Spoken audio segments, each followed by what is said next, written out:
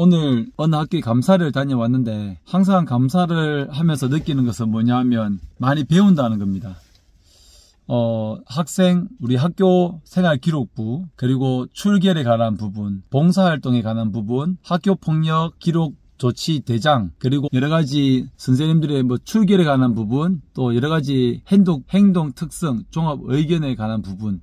제일 중요한 것은 이제 학업 성적관리위원회 규정을 잘 따랐는지, 평가 계획이 잘 이루어져 있는지, 그리고 어떤 역배점에 관한 내용은 없는지, 그런 부분들을 사소한 것을 하나하나 다 살펴보게 되는데, 사실상 예전에 저희 학교생활기록부 연수에 대해 말씀을 드리면, 제가 교사 시절에 학교생활기록부 담당 선생님께서 연수를 1시간 꼬박 채우면서 연수를 잘 한 적이 계세요. 그 당시에 교사로 있을 때는 왜 이렇게 연수를 이렇게 타이트하게 하냐라고 생각을 했는데, 지금 생각하니까 그 모든 것들이 반드시 해야 되는 연수였고, 또한 그런 분이 때문에 교사인 다른 사람들이 생활기록부를 잘 적겠죠. 그래서 그 당시에 어떤 사람들이 잘했다라는 게 지금 오히려 생각이 듭니다.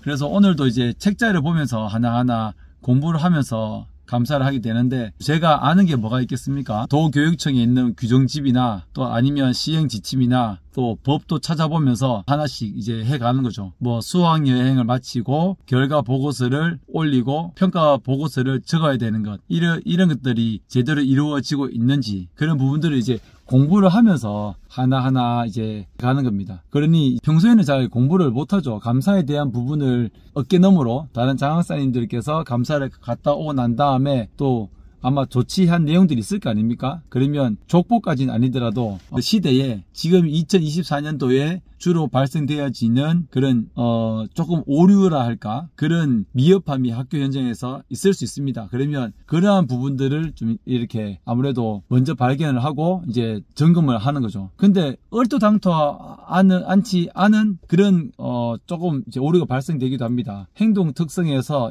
같은 학생들의 개별적 특성을 이렇게 적어야 되는데, A라는 학생과 B라는 학생이 행동 특성이 똑같아요. 이 학생은 내성적이며 이렇게 또 이렇게 어떻게 보면 학교의 수업에 충실하다, 이런 내용이 글자 하나가 다르지 않고 똑같은 내용들이 있습니다. 얼핏 봤을 때 발견되지 않을 것 같은 그런 내용들이 발견되어질 수가 있어요. 그리고 정말 학교 현장에서 잘 모르는 어떤 병결석인데, 아니면 미인정 결석인데 이것을 기타 결석으로 한다든지, 그리고 항상 가끔씩 아주 중요한 학교생활 기록부가 변경되기도 합니다. 그런 내용들을, 변경된 내용들이 학교 현장에서 잘 이루어지고 있는지, 그런 부분들을 잘 확인하게 되고요. 앞서 말씀드렸다시피 평가에 대한 부분들은 조금 민감하게 받아 공부를 하고 그것들을 하는 거죠.